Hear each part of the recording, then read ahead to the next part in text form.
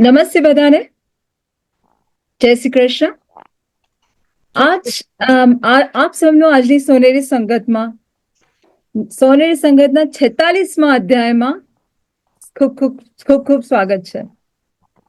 દિવસે ને દિવસે આ સોનેરી સંગતની લોકચાહના ખૂબ જ વધી રહી છે અને એનો શ્રેય હું બીજા કોઈને નહીં પણ અમારા Shri chief editor sir CB Patel સરને આપીશ, જે હંમેશા અમને પ્રેરિત કરે છે અને દર સપ્તાહે નવા વિષયો પર વધુ ને વધુ માહિતી બધાને મળે એ માટે પ્રયત્ન કરતા રહે છે. તો આજની આ સોનેરી સંગત ખૂબ જ રસપ્રદ રહેવાની છે, જેમાં આપણે આ સોનેરી સંગતને 2 અધ્યાયમાં વહેંચી લીધી છે.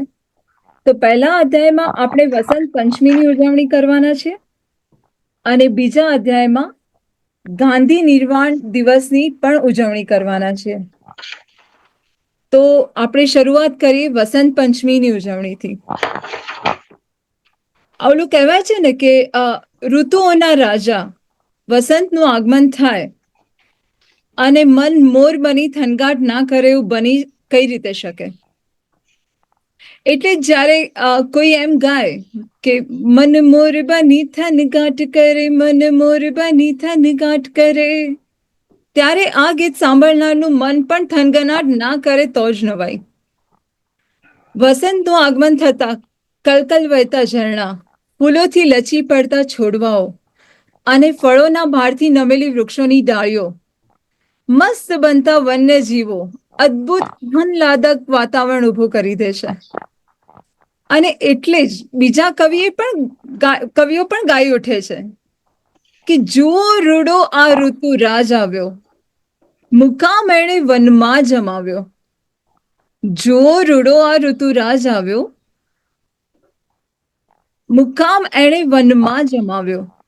અહીં કવિએ વન શબ્દ વાપર્યો છે, તેના બદલે મારી દ્રષ્ટિએ મન શબ્દ વાપર્યો હોત તો વધારે જામત.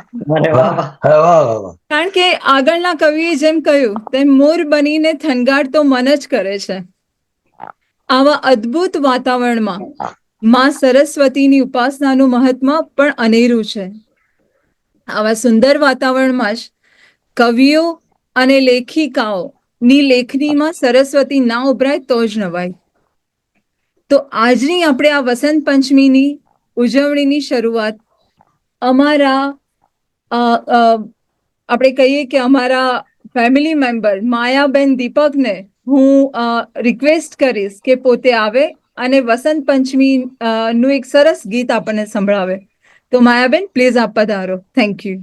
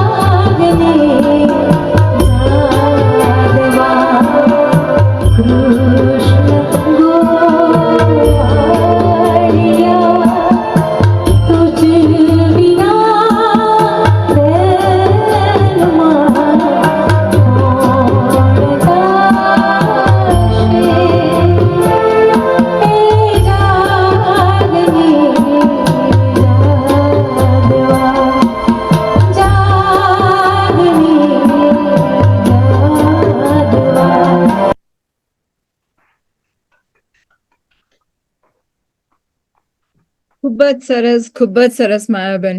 બહુ જ સરસ ભજન. જાગને જાદવા કૃષ્ણ ગોવાળિયા તુજ વિના વનમાં કોણ જાશે. ખૂબ જ સરસ આનંદ આવ્યો અમને બધાને. હવે હું આ પ્રોગ્રામને આગળ ધપાવવા અમારા માર્ગદર્શક અને અમારા વડીલ શ્રી ભારતીબેન વોરાને આમંત્રિત કરીશ કે તમે પ્લીઝ આ પ્રોગ્રામનું આગળ સંચાલન કરો. અને over to you, Bhartiben. Thank you so much. આભાર પૂજાબેન. સામાન્ય રીતે કહેવાય છે Jack of all and master of none, પણ આપ પૂજાબેન તમે માસ્ટર ઓફ ઓલ છો અને એબીપીએલ ગ્રુપનો એક અગત્યનો સ્તંભ છો. અને માયાબેન એ તો સૂરની 12 માસી કોકિલા. આજે અમારી સોનેરી સંગત આપના સંગીત થકી વસંત રૂપે ખીલી ઉઠી. આપ સ્વર, તાલ અને રાગને તો બાળ વયથી જ સમજાશો, તેથી જ તમારું સંગીત અમારા અંતરસ્થળ સુધી પહોંચે છે. અને સીબી આપ છો તો મારે આપને કહેવું છે કે ગુજરાત સમાચાર માત્ર રાજકારણના સમાચારનું આલેખન પત્ર નથી, પણ તેઓ સાથે સાથે આપણી ભાષા, ધર્મ, જીવન દ્રષ્ટિ જાળવવાનું અભિયાન પણ ચલાવી રહ્યા છે. સોનેરી સંગત એ વટવૃક્ષની એક શાખા છે. તો વસંત પંચમીની વાત તો અમારા પૂજાબેને સરસ રીતે કરી, પણ ભારત તો ઉત્સવોનો દેશ. ઉત્સવો એ ભારત દેશનો અભિન્ન અંગ છે. એ તો આપણી સંસ્કૃતિનું વૃંદાવન, આપણા ચાલુ પ્રવાહનું દર્પણ અને સૌની સાથેનો સેતુબંધ. એમાં માણસોને તોડવાનો નહીં પણ જોડવાનો માપદંડ. સ્થાનિક સમાજના સ્ટેજ ઉપર ભાવનાત્મક એકતાનો સોહામણો પ્રસંગ. એની સાથે ભારતીયોનો સંબંધ સદીઓથી જોડાયેલો છે. આ સેલિબ્રેશન પાછળ સાયન્ટિફિક કારણો પણ છે. મોસમમાં બદલાવ થાય ત્યારે માણસોમાં ચેતના જગાડવી જરૂરી બને છે, જેથી તેઓ કંટાળાજનક કે નિર્જીવ ન બની જાય. આ ઉત્સવો માનવ જીવનમાં આશા, ઉત્સાહ અને નવચેતનાનો વધારો કરે છે. વસંત પંચમી એ વિશિષ્ટ તહેવાર છે, જેમાં આપણા મનમાં રહેલા નકારાત્મક વિચારોના અંધકાર દૂર થાય છે. આપણી અજ્ઞાનતાના જાળા ખંખેરાય, જ્ઞાનની જ્યોતિ પ્રગટે છે. આપણા મન અને હૃદયના દ્વાર ખુલી જાય છે અને એમાં નવી ઉષ્મા અને ઉર્જાનો સંચાર થાય છે, જે માનવીને ઊંડા અંધારેથી પરમ તેજે લઈ જનારો પંથ છે, જેમાં જીવન જીવવા જેવું લાગે છે એવી ભાવના જગાડવાનો તહેવાર છે. વસંત પંચમી ધાર્મિક દ્રષ્ટિએ વાણી, વિદ્યા, જ્ઞાન અને કલાની દેવીમાં સરસ્વતીની ઉપાસના કરવાનો દિવસ છે. તે દિવસે આપણે ઉલ્લાસપૂર્વક માની પૂજા કરીએ છીએ કે અમને સૂઝ, સમજ અને જ્ઞાન પ્રદાન કરો. કવિઓ અને કલાકારોની તો શી વાત કરવી. માં સરસ્વતીના આશીર્વાદ એટલે એમનામાં રહેલી પરમ ચેતનાની સમૃદ્ધિ, જે પ્રગતિના પંથે આગળ વધવા માટે જરૂરી છે. અને હવે ઋતુઓના રાજા વસંત ઋતુની પધરામણી એટલે મન ગાઈ ઉઠે, આઈ બહારાજ, આઈ બહાર, આહાહા. એ જે આહાહા છે ને, એ ભાવ, એ ઉલ્લાસ અને એ ઉમંગ, એના આગમનની સાથે પ્રકૃતિનો કણ કણ ખીલી ઉઠે છે. અને જાણે રોજ નવા ઉમંગ સાથે સૂર્યોદય થાય છે, નવા પાક પર ફૂલ આવે છે, માણસ તથા પશુ પક્ષી પણ ઉલ્લાસથી ભરાઈ જાય છે. મન કહે ગાનારાને કોઈ ન ટાણું, મન કહે ગાનારાને કોઈ ન ટાણું, ગાવું હોય તો ગાઈ લે ગાણું. વીતી કાલને રોયા વિના નૂતન કાલને ખોયા વિના, વીતી કાલને રોયા વિના નૂતન કાલને ખોયા વિના, ખેલતા જાઉં આજનું પાનું, વાય છે વાણું, ગાય લે ગાણું, ગાનારાને કોઈ ન ટાણું. અને બીજી બાજુ મન કહે છે, ઓ મિત મને તું ગીત કરી લેવા દે, રોતી રોતી ઓસ વચ્ચે ચમન કેરા સુમનનું સ્મિત કરી લેવા દે. આ ઘેરા ઘેરા મેળા વચ્ચે ભૂલી ભૂલી ઝૂલી ઝૂલી તને મોહિત કરી લેવા દે, ઓ મિત મને તું ગીત કરી લેવા દે. આવો સમય અને આવી મોજ, જ્યાં ગીત અને પ્રીતનું મિલન હૃદયના ભાવને સુરમાં સજાવી ઉરની નૈયાને સૂર કિનારે ઉતારે અને અને તમને લાગે કે જો તમે નિરાશ હો એમ માનીને કે વીતી ગયેલો સમય પાછો નહીં આવે, જેમ સરી ગયેલા નીર સરિતાના મૂળને પાછા નથી મળતા, તો આ નમાયાપણાનો ભાવ પણ દૂર થઈ જશે. વસંત ઋતુમાં નવા ખીલેલા ફૂલો અચાનક તમને તમારા ખોવાયેલા ધબકારા પાછા વાળશે. જ્યારે તમે મન મૂકીને હરશો અને વરસો છો ત્યારે વસંત ઋતુ મોરે છે અને તમે ગાઈ ઉઠો છો. તમે ગાઈ ઉઠો છો કે જલસો પડી ગયો, જલસો પડી ગયો ભાઈ, જલસો પડી ગયો, આ જિંદગી ખુશીથી ગુજારવાનો જલસો પડી ગયો. ત્યારે તમને જીવનનું પરમ સત્ય સમજાય છે કે જીવન ના રોવાને માટે હસતા જાઓ જીવન માટે. તો આજે હું પંકજની જ બધી કવિતાઓ બોલવાની છું. તેમની વસંત પંચમી વિશેની કવિતા છે કે આજે જીવન લાગે જીવવા જેવું. પંકજ કહે છે કે આજે જીવન લાગે જીવવા જેવું, ખંડ ખંડ ને અખંડ દોરે, ખંડ ખંડ ને અખંડ દોરે સીવવા જેવું, છેલ્લા ફૂલ સુધી મોસમને દઉં મહેકાવી. અંદરથી ભાવના જાગે છે કે છેલ્લા ફૂલ સુધી મોસમને દઉં મહેકાવી, શૃંગોના સુરોને ગીત ખીણોના ગૌરાવી, સૂના આંગણમાં સપનાના તુલસી ક્યારા વાવી, નવા પહોરને લાગે ખીલવા જેવું, આજે જીવન લાગે જીવવા જેવું. હથ ખીલી કળીમાં મેં થનગનતી જોઈ સુરભીને, ગણગણતી લહેરો મહેકે પૂર્વા લાપો આરંભીને, મૌન ગીતના માંડવડે લય છવાયો ગૌરંભીને, આજે બંધ નહીને કોઈને મિલવા જેવું, આજે જીવન લાગે જીવવા જેવું. હુંફાળિયા ધરાને શીતળ આભનું છત, હુંફાળિયા ધરાને શીતળ આભનું છત, યક્ષ જાણે યક્ષીને મોકલે મેઘદૂતનો ખત, સ્વાગત થયેલા અધરો નેન બિછાવે સ્વાગત, આજે જીવન લાગે જીવવા જેવું. તો આવો આજે આપણે વસંત પંચમીનો ઉત્સવ ઉજવી રહ્યા છે. અને હવે નૈનાબેન, એમની હું તમને ઓળખાણ આપું કે આ નૈનાબેન પટેલને ગળથુથીમાં જ સાહિત્યના સંસ્કાર મળ્યા છે. તેઓ 1984માં એમની ટૂંકી વાર્તાઓ માટે ગુજરાતી સાહિત્ય ઉત્કર્ષ હરીફાઈના વિજેતા 84માં બન્યા હતા. આપણા ગુજરાત સમાચારમાં પણ 2010-2011માં એમની નવલકથા કેડી ઝંખે ચરણ ધારાવાહિક સ્વરૂપે પ્રગટ થઈ હતી. આપને યાદ છે ને સીબી? તેમની એક ગુજરાતના જાણીતા મેગેઝિન, તેમની એક અનેક ગુજરાતના જાણીતા મેગેઝિનોમાં આવેલી વાર્તાઓનો 2016માં એક પુસ્તક પણ પ્રગટ થયું છે. યુએસએસ થઈ દેવિકાબેન ધ્રુવ સાથે ઈમેલ દ્વારા કરેલા પત્રોની હારમાળા, આથમતી કોળનો ઉજાસ ને ગુજરાત સાહિત્ય પરિષદે ઉત્તમ ડાયસ્પોરા સાહિત્ય તરીકે પુરસ્કૃત કરી છે. અને સાથે સાથે 2011થી લેસ્ટરમાં રેડિયો પ્રેઝન્ટર તરીકે ગુજરાતી ભાષા અને સમાજની સેવાઓ કરી રહ્યા છે. પધારો નૈનાબેન, આવો. નમસ્તે ભારતીબેન, અને ખૂબ ખૂબ પ્રણામ સીબી. બહુ વર્ષે મળ્યા છીએ આપણે, તો આપને પણ મને પહેલું નવલકથા લખવાનો બ્રેક આપનાર સીબી ને ઘણી વખતે મળવાનું થયું. તો હવે હું સીધી મારી વાર્તા ઉપર જઈશ. અને વાર્તાનું શીર્ષક પણ છે વસંત પંચમી. સતી, ઓ સતી, ક્યાં મરી ગઈ? શું છે માં? કેમ બૂમા પાડો છો? મને આવતા વાર તો લાગે કે નહીં?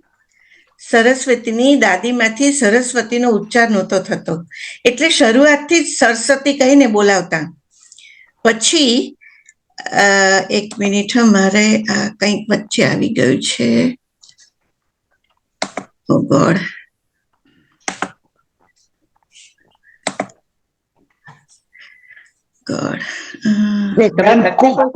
કોઈ ચિંતા નહીં કરતા. હું ભદ્રાબેન ને કહું ને પછી તમે. ના, શરૂ થયું. સરસ્વતીની દાદીમાંથી સરસ્વતીનો ઉચ્ચાર નહોતો થતો, એટલે શરૂઆતમાં સરસ્વતી કહીને બોલાવતા. પછી ધીમે ધીમે એ નામ ટૂંકું થતા થતા સતી ઉપર આવીને અટક્યું છે. ઘણી વાર તો એવું બનતું કે દાદીમાને કામ પડે ને જો કોઈ એ બીજાને બોલાવે તો સતીબાઈને ખોટું લાગી જતું. માં, હું આંધળી છું એટલે જ મને નથી બોલાવતા ને. સરસ્વતી જન્મી ત્યારથી જ એના સ્વર્ગસ્થ દાદાની જેમ એની આંખો નબળી હતી અને પછી ધીમે ધીમે ઝાંખપ વધતા વધતા હવે સરસ્વતીને લગભગ 80% જેટલું જ દેખાય છે. દાદીમાં ઘણીવાર નિશાસો નાખી મનમાં ને મનમાં ભગવાનને ખરી ખોટી સંભળાવતા. જવા દો. વાત મૂળ એમ છે કે જેમ જેમ દાદીમાની સતી યુવાન થતી જાય છે તેમ તેમ ઘરના બધાને સતીના ભવિષ્યની સહિયારી ચિંતા સતાવે છે. પરંતુ મધ્યવર્ગીય કુટુંબની ચિંતા વણ ઉકલી જ રહે છે દર વખતની જેમ. શેરીમાં શેખરના લગ્ન હતા અને ગામડામાં તો એક ઘરે લગ્ન એટલે આખા ગામમાં લગ્ન હોય એવું વાતાવરણ. દાદીમાં સતી માંગે એ રંગના ફૂલો આપતા જાય અને એ વરરાજાએ હાથમાં પકડવાની કલગી બનાવતી જાય. રંગોની મેળવણી જોઈને કોઈ પણ ચક્કર ખાઈ જાય એટલી સરસ કલગી બની હતી. શહેરમાંથી આવેલા દામિનીબેન દૂર બેઠા બેઠા આ શાંતિથી જોતા હતા. એમને સ્વપ્ને પણ ખ્યાલ નહોતો કે સરસ્વતી અંધ છે. બાજુમાં બેઠેલા એક માજીને ધીમેથી એમણે કહ્યું, પેલી છોકરીની આંખો કેટલી સુંદર છે. પેલા માજીને થયું કે બહેન મશ્કરીમાં બોલે છે એટલે થોડા ગુસ્સામાં કહ્યું, હા તો તમે એને તમારી વહુ બનાવી લો ને.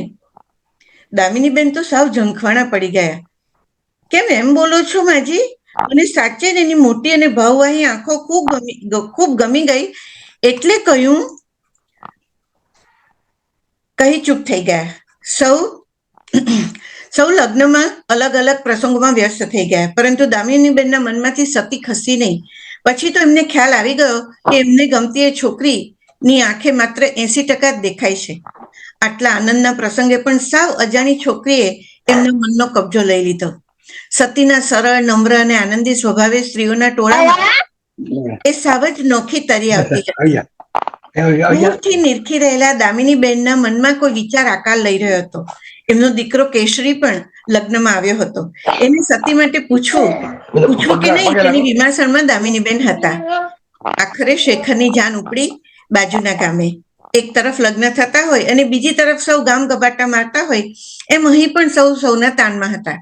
સરસ્વતી મેકઅપ વગર પણ ખૂબ સુંદર દેખાતી હતી. એક ઢીલા ચોટલામાં લાંબો ગજરો આ સુંદરતાને નિખારતો હતો.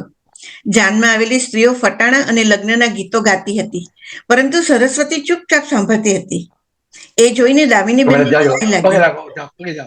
આસ્તેથી એની બાજુમાં જઈને બેઠા. સરસ્વતી, તું કેમ નથી ગાતી બેટા?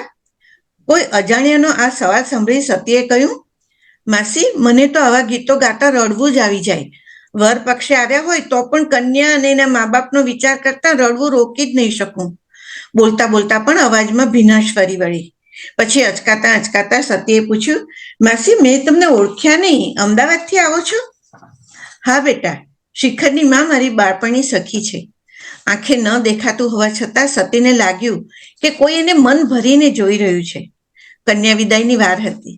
લગ્ન પત્યા પછી કેશરી એના દોસ્તો સાથે બેઠો હતો ત્યાં દામિનીબેન ગયા અને કેશરીની બાજુમાં બેસી ગયા. વડીલને આવેલા જોઈ ધીમે ધીમે યુવાનો આગા પાછા થઈ ગયા.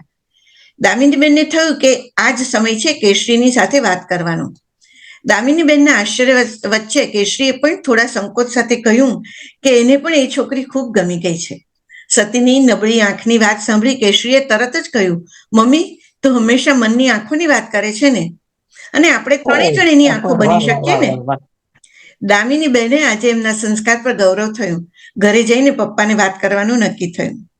લગ્ન પત્યા. દામિનીબેન અને કેશરી જતા પહેલા સતીને ત્યાં મળવાને બહાને જઈને ઘરની પરિસ્થિતિનો તાગ મેળવી આવ્યા. અમદાવાદ આવીને દામિનીબેને એમના પતિ નરેશભાઈને વાત કરવાની જવાબદારી સ્વીકારી અને કેશરીને નચિંત રહેવા કહ્યું. સરસ્વતીને જોયા વગર પણ નરેશભાઈએ દામિનીબેનની વાતને સહર્ષ સ્વીકારી લીધી. કેશરી સાથે પણ મિત્રની સહજતાથી માતા પિતાએ વાત કરી અને આખરે એક દિવસ સરસ્વતીને ઘરે ફોન જોડ્યો. દામિનીબેને સરસ્વતીની દાદી અને મમ્મી સાથે વાત કરી તેમના સૌની ઈચ્છા જણાવી. પહેલા તો સતીના ઘરે કોઈ આ વાત માનવા તૈયાર નહોતું. સ્પષ્ટ કહેવાવાળા દાદીએ સીધું જ પૂછ્યું, બેન, મારી સતીની નબળી આંખોની ખબર છે છતાં કેમ તમારા દીકરાને પરણાવવા તૈયાર થયા છો? એવું તો નથી ને કે દીકરો ખોટે રસ્તે ચડી ગયો હોય અને ઘરમાં કામ કરવા વાળી જોઈતી હોય? દામિનીબેને ચોખવટ કરી કહ્યું કે એમનો દીકરો કેશરી હમણાં જ વકીલ થયો છે. અમને સરસ્વતી ખૂબ ગમી છે. તમે શેખરની માને પૂછીને પછી અમને જણાવજો. અમારે સરસ્વતીને અમારી દીકરી બનાવવી છે. હવે તમને મારા કેશરીને દીકરો બનાવવો છે કે નહીં તમારો, તે તમે નક્કી કરજો. કઈ વાત આ ટોપી? શેખરની માં વિશાખાને પૂછ્યું તો એ તે સાચે જ ખુશ થઈ ગઈ. દામિનીનું કુટુંબ સંસ્કારી છે એની તો એને ખાતરી હતી જ, અને એણે ખાતરી આપી કે કેશરી માટે આટલી સુશીલ અને સંસ્કારી સરસ્વતી માટે એની બાળપણની સખી દામિનીએ માંગુ નાખ્યું છે એ જ બતાવે છે કે એ લોકોને ત્યાં આપણી દીકરી સુખી થશે. વિશાખા પાસેથી વાતો સાંભળી સરસ્વતીના કુટુંબે આખરે માંગુ સ્વીકારવાનું નક્કી કર્યું. પહેલી વખત કેશરી અને સરસ્વતી મળ્યા અને બંનેને થયું કે જાણે એ લોકો એકબીજા માટે જ બન્યા છે. બંનેની પસંદગીઓ સરખી, સ્વભાવ પણ એકબીજાને પૂરક. માત્ર સરસ્વતીને એ દિવસે સારી આંખો ન હોવાની ભારે ખોટ લાગી. એને કેશરીને મન ભરીને જોવો હતો, પણ ઝાંખી આકૃતિ સિવાય માત્ર અવાજ સાંભળી મનને મનાવી લીધું. ખેર, વિવાહને 7 મહિના થઈ ગયા. બંને કુટુંબો વચ્ચે ખૂબ સરસ મનમેળ થતો ગયો. કેશરી એની પોતાની પ્રેક્ટિસ શરૂ કરે પછી લગ્ન લેવાની વાત દાદીના મનમાં બેસતી નથી, પરંતુ બીજી કોઈ ફરિયાદ કરવાનું બહાનું પણ એ લોકો પાસે નથી. એક દિવસ દામિનીબેનનો ફોન આવ્યો અને થોડા સંકોચ સાથે સરસ્વતીને એમની સાથે ઋષિકેશમાં આવેલા એમના ગુરુ પાસે 2 અઠવાડિયા માટે લઈ જવાની અનુમતિ માંગી. ઘરના સૌને થયું કે લગ્ન પહેલા કેશરી સાથે આટલા બધા દિવસ, પણ પછી જ્યારે જાણ્યું કે કેશરી તો એના કામમાં એટલો બધો વ્યસ્ત છે કે એ તો જઈ શકે એમ નથી. માત્ર દામિનીબેન અને નરેશભાઈ જ જવાના છે અને સતીને સાથે લઈ જવા ધારે છે. જરાય આનાકાની સિવાય સરસ્વતીને એનો ભાઈ વિરેન અમદાવાદ મૂકી આવ્યો. બીજે દિવસે સવારની ટ્રેન હતી. નરેશભાઈએ કેશરીને સ્ટેશને આવવાની ના કહી. દામિનીબેન, નરેશભાઈ અને સરસ્વતી સ્ટેશને આવ્યા. સરસ્વતીને ખબર હતી કે દિલ્હીથી ઋષિકેશ જવાય છે, પરંતુ જ્યારે ભાવિ સાસુ સસરાને મુંબઈની ટ્રેનોની વાતો કરતા સાંભળી એને પહેલા તો નવાઈ લાગી.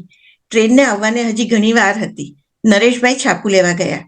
સરસ્વતીના મોં પરની અકળામણ દામિનીબેનના ધ્યાનમાં હતી જ. આસ્તેથી એનો હાથ હાથમાં લઈને પંપાતા કહ્યું, બેટા ગભરાતી નહીં, આપણે દિલ્હી નથી જતા. ખરેખર તો આપણે મુંબઈ જઈએ છીએ. દામિનીબેને કહ્યું કે આપણે તારી આંખોની તપાસ કરાવવા માટે મુંબઈ જઈએ છીએ. જોકે સરસ્વતીને સંતોષ તો થયો નહીં, પરંતુ નજીકમાં જ બનનારા મમ્મી અને પપ્પા પર સંપૂર્ણ વિશ્વાસ રાખી શાંતિથી બેસી રહી. દામિનીબેને અને અધૂરી માહિતી આપી હતી. ખરી સરપ્રાઈઝ તો મુંબઈ જઈને સરસ્વતીને આપવાનું બંને પતિ પત્ની નક્કી કર્યું હતું. ફફડતે હૈયે સરસ્વતી દામિનીબેન અને નરેશભાઈ સાથે મુંબઈ પહોંચી. હોટલમાં જમીને પરવારી સૌ થાક ઉતારવા સૂતા. સાચે જ સરસ્વતીનો ભય આસમાને પહોંચ્યો હતો. મોડી બપોરે ચા પીતા પીતા દામિનીબેને વાત ઉપાડી, બેટા તને અમારી પર વિશ્વાસ છે ને? હા મમ્મી, સરસ્વતીએ કહ્યું તો ખરું, પરંતુ એમાં ભારોભાર શંકા સળવતી હતી.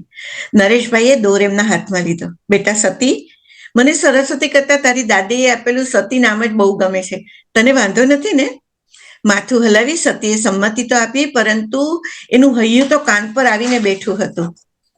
બેટા, અમે તને તારા લગ્નની અગોતરી ભેટ આપવા અહીં લઈ આવ્યા છીએ. હવે તો શાંત અને સૌમ્ય સરસ્વતીના મું પર ભારોભાર મૂંઝવણ વર્તાતી હતી.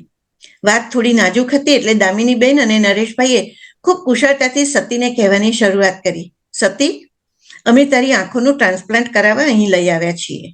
સતીનો જીવ હવે તો વધુ મૂંઝાયો. આવી વાતને આટલી બધી છુપી રાખવાનું શું કામ? અને તે પણ એમના પોતાના દીકરાથી પણ છાનું કેમ રાખતા હશે? આંખોની ટ્રાન્સપ્લાન્ટની વાત તો આનંદની વાત છે, તો આ લોકો વાતને આમ ગોળ ગોળ કેમ ફેરવે છે એને ખબર જ પડતી નહોતી. પણ પછી દામિનીબેને જે વાત કરી તે સાંભળીને સતીને ખુશ થવું કે દુઃખી એ જ ખબર ન પડી. ટ્વિસ્ટ. અમે તને માત્ર કહેવા માટે દીકરી નથી કરી બેટા, શાંતિથી સાંભળજે. મેં અને તારા પપ્પાએ ખૂબ ચર્ચા વિચારણા પછી એવું નક્કી કર્યું છે કે કહી દામિનીબેન થોડું અટક્યા અને બોલ્યા, હું અને તારા પપ્પા અમારી એક એક આંખ તને આપવાના છીએ. અમે કેટલું જીવશું અને આ આંખોએ ખૂબ જોયું. હવે અમારી દીકરી અને દીકરો સંસાર વસાવે એ અમે ન હોઈશું તો પણ તને આપેલી અમારી આંખોથી જોઈશું. અરે વાહ. એની આંખોમાંથી અવિરત આંસુ વહેવા માંડ્યા. એને ના કેવું છે, પણ આ બંને જણ જે રીતે આખી વાત મૂકી એ કઈ રીતે નકારવી તે જ એને સૂઝ્યું નહીં. નરેશભાઈએ વાતને હળવી બનાવવા કહ્યું, તને ખબર છે બેટા, અમે અમારા બેટાનું નામ કેશરી કેમ રાખ્યું છે?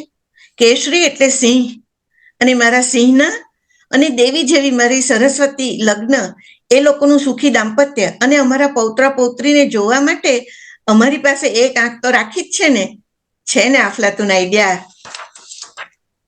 જરાય આનંદના અતિરેકમાં સતીને થયું કે એનું હૃદય બંધ પડી ન જાય તો સારું. છેલ્લે દામિનીબેને લગ્નની તિથિ કહી તે સાંભળીને તો નરેશભાઈ પણ રાજીના રેડ થઈ ગયા. જે દિવસે મુહૂર્ત જોવાની પણ જરૂર નથી એવી વસંત પંચમીએ આપણા ઘરમાં સરસ્વતીની સ્થાપના અને કેશુડાના ફૂલ જેવા મારા દીકરાના લગ્ન થશે. અને વાર્તા અહીં વાહ, ખૂબ સરસ, ખૂબ સરસ. તમે તો સાચે કમાલ કરી ગયા. અંત તો બહુ સરસ. હવે અમારા સૌના પ્રિય ભદ્રાબેન વડગા, નૈનાબેન તમે પ્રિય છો? હો ભદ્રાબેન વડગામાં બોલશે. અતિ પ્રિય. અરે વાહ વાહ. બોલશે પણ ભદ્રાબેન નો પરિચય આપું તમને. ભદ્રાબેન એક અનોખું વ્યક્તિત્વ ધરાવે છે. તેમની કારકિર્દીની શરૂઆત એક શિક્ષિકા તરીકે કેન્યામાં થઈ હતી, અને ત્યાં તેઓ એમાં ડેપ્યુટી હેડ મિસ્ટ્રેસના પદ સુધી પણ પહોંચ્યા હતા. 1973માં યુકે આવ્યા અને આગળ ડિપ્લોમા લઈને લાઇબ્રેરિયન તરીકે કારકિર્દીની શરૂઆત કરી, અને 20 વર્ષ સુધી લંડનના વોન્ડસવર્થ બરોમાં કામ કર્યું, અને એમને આ સેવાઓ આપવા માટે એવોર્ડ પણ પ્રિન્સેસ એનના હસ્તે મળ્યો હતો. તેમને અંગ્રેજી કવિતાઓ, બાળ વાર્તાઓ ગુજરાતીમાં અનુવાદ કર્યા છે, અને ગુજરાતી સાહિત્ય અકાદમી યુકે સાથે પણ જોડાયેલા છે. તે પોતે એક સારા લેખક છે. તેમણે વાર્તાઓ તથા નિબંધો અને કવિતાઓ લખી છે, જે ગુજરાતી સામાયિકોમાં પ્રસિદ્ધ થયા કરે છે. તો ભદ્રાબેન, પધારો પધારો પધારો. નમસ્કાર.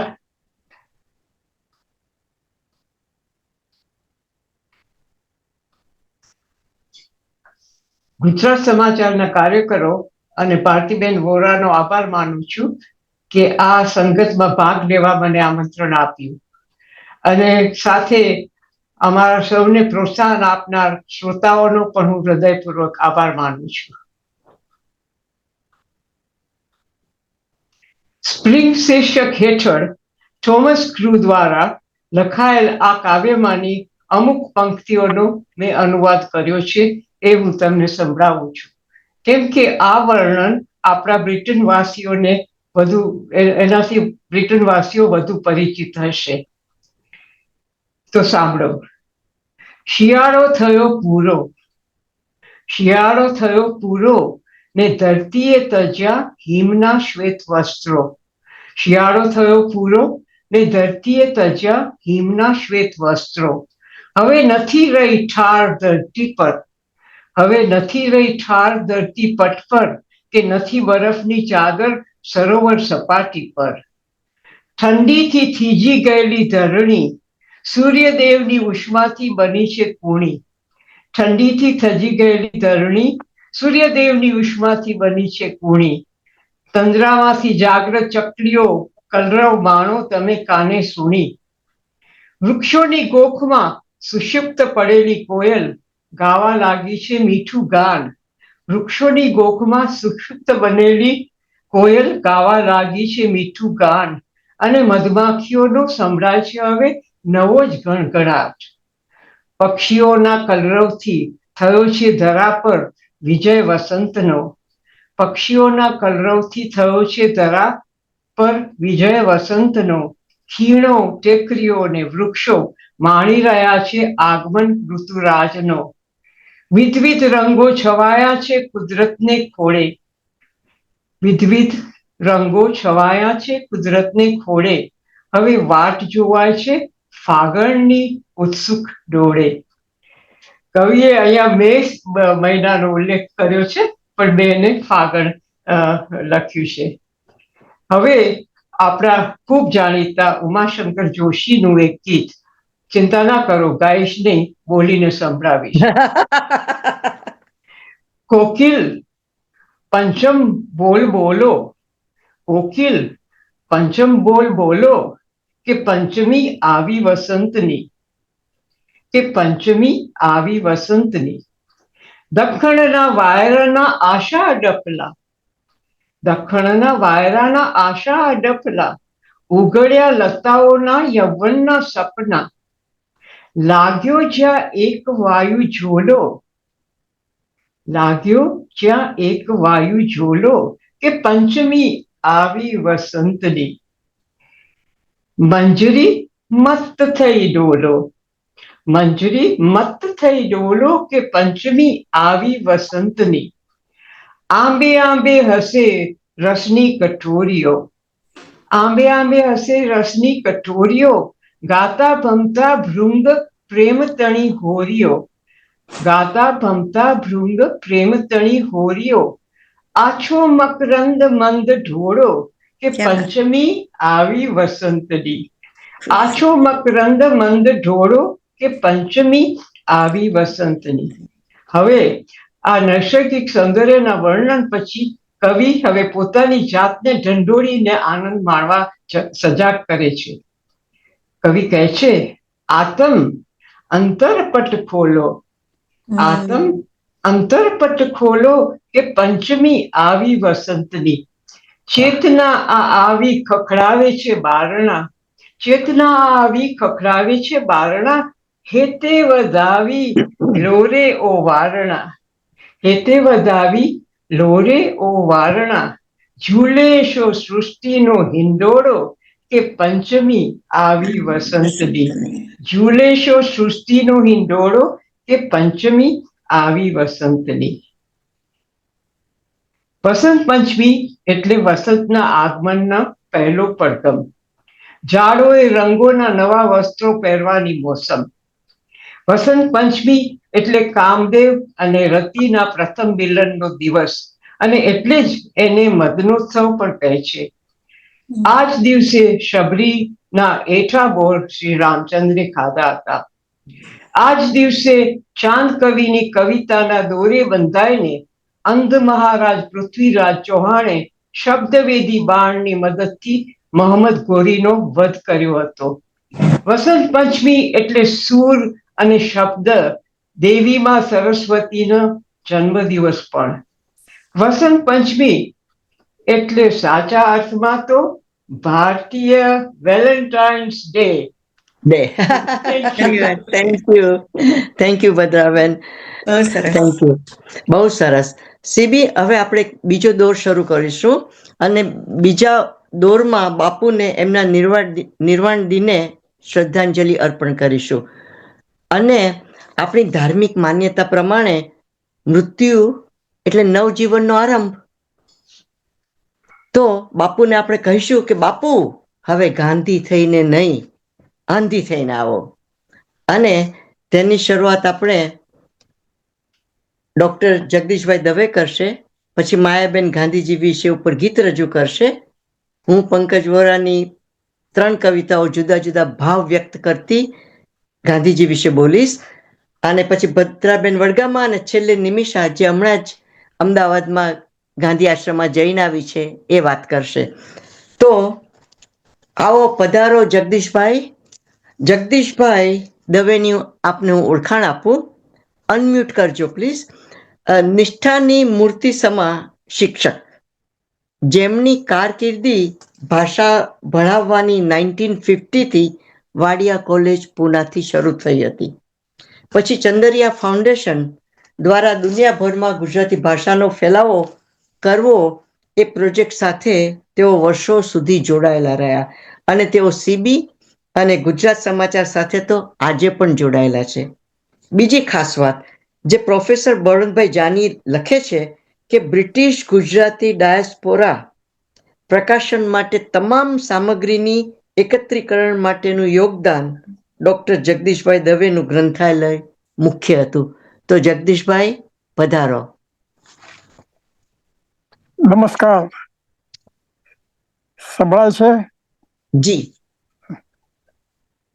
સોનેરી સંગતના આત્મા સમા આદરણીય C B, Pushpaben, Sarojben, consulting editor Kokilaben અને જ્યોત્સનાબેન, પૂજાબેન, આજના કાર્યક્રમને ત્રણ ધુરંધરો ભારતીબહેન, નયનાબહેન, ભદ્રાબહેન, અમદાવાદની ટીમના બ્યુરો ચીફ નિલેશ પરમાર, તંત્રજ્ઞ શ્રીજીત રાજન, બાદલ લખલાણી અને મધુરકંઠથી ગાંધી ગીત રજૂ કરનાર માયાબહેન અને દેશ પરદેશના ઝૂમી રહેલા રસિક શ્રોતાજનો, સૌને જગદીશ દવેના આદરપૂર્વક વંદન.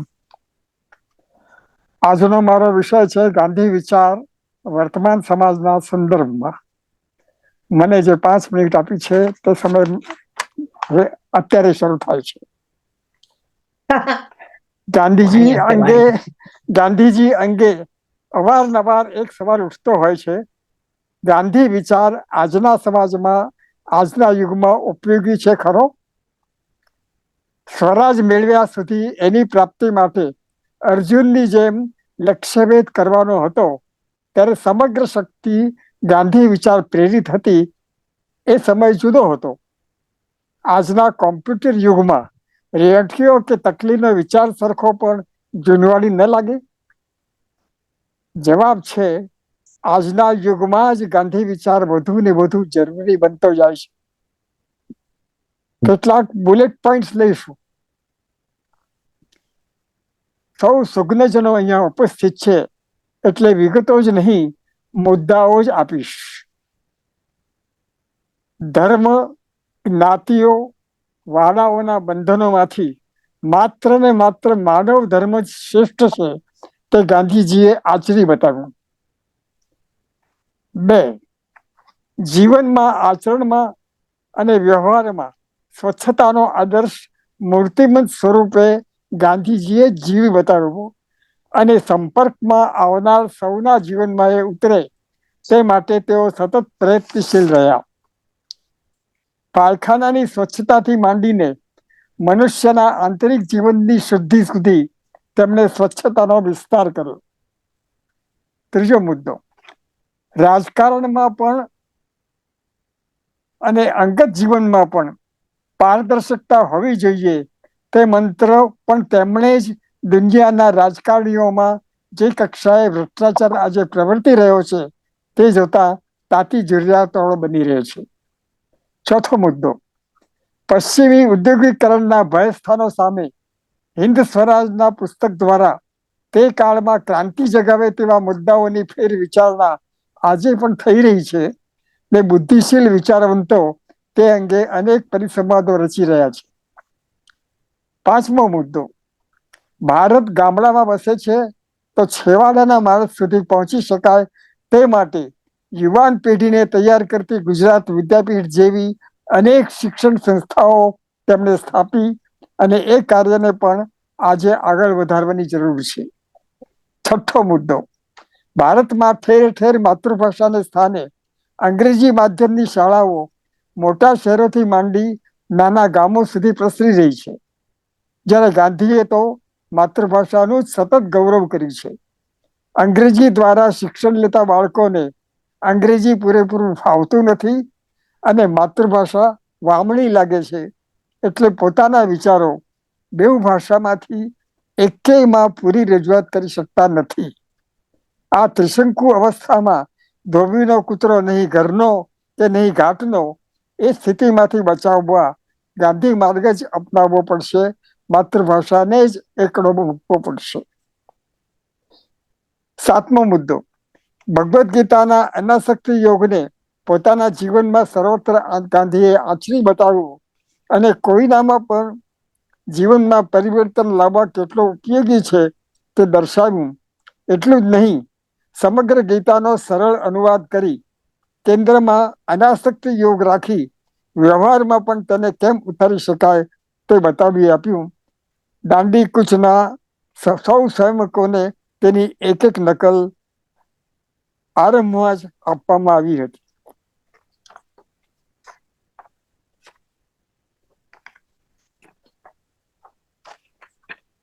8મો અને છેલ્લો મુદ્દો, ગાંધી નિર્વાણ પછી તેમના વિચારો પશ્ચિમની પ્રજા પણ વધુ ને વધુ સ્વીકારતી ગઈ છે, ત્યારે આપણે ગાંધીને ધીમે ધીમે ભૂલતા જઈએ છીએ અથવા તેમના નામનો ઉપયોગ આપણા કામ પૂરતો જ કરી લેવામાં માનીએ છીએ.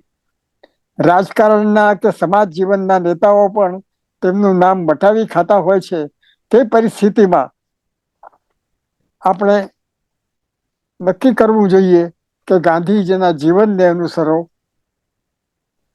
જે મિત્રોને જે મુદ્દો ગમ્યો હોય તે સ્વીકારી પોતે ઘટતું કરશે જ એવી શ્રદ્ધા સાથે હું વાણીને વિરામ આપું છું. મને આ તક આપવા માટે સીબી તથા સમગ્ર ટીમનો આભાર. જય ગુજરાત, જય ભારત, જય જગત. શ્રીજીતભાઈ, આપણે માયાબેન ગાંધીજી ઉપર એક ગીત રજૂ કરશે.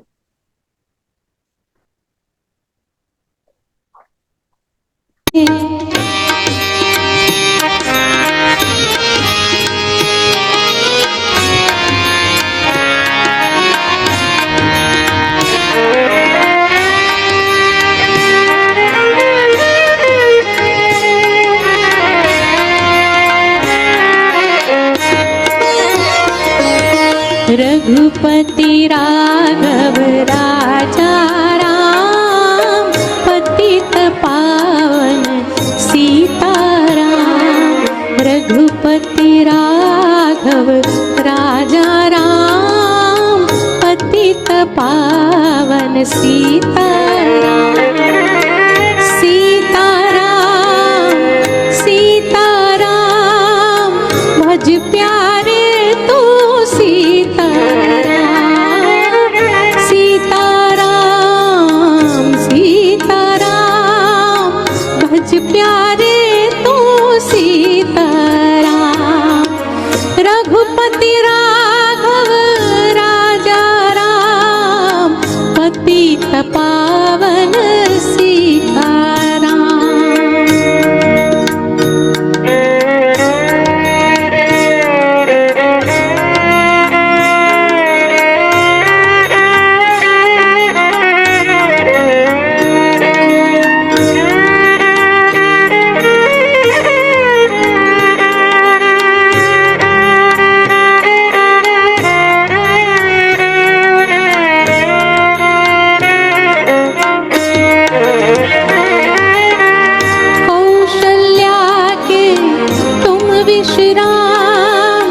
दशरथ नंदन राजा राम।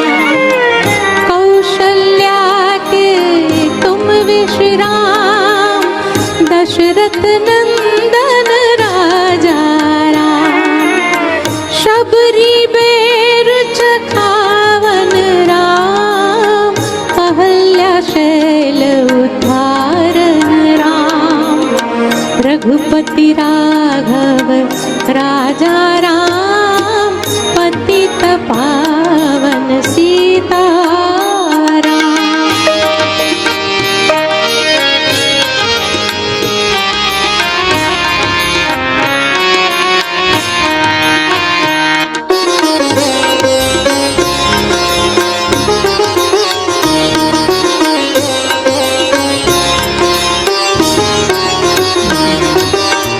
पवन सूत के हृदय विराम, जन मन भक्त हृदय विश्राम। पवन सूत के हृदय विराम, जन मन भक्त हृदय विश्राम। केवट पार उतारे राम, धरती भार उतारे राम। रघुपति राघव राजा राम, पतित पावन सीताराम।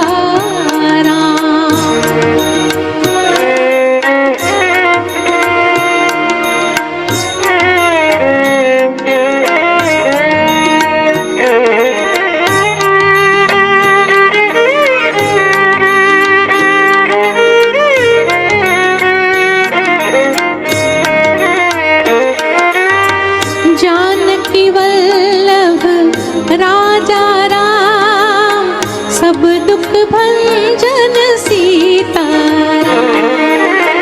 जानकी वल्लभ राजा राम, सब दुख भंजन सीताराम। सीताराम सीताराम, भज प्यारे तू सीताराम।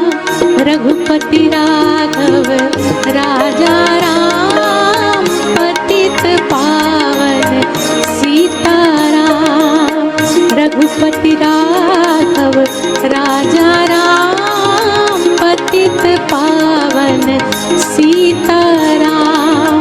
पतित पावन सीताराम, पतित पावन सीताराम।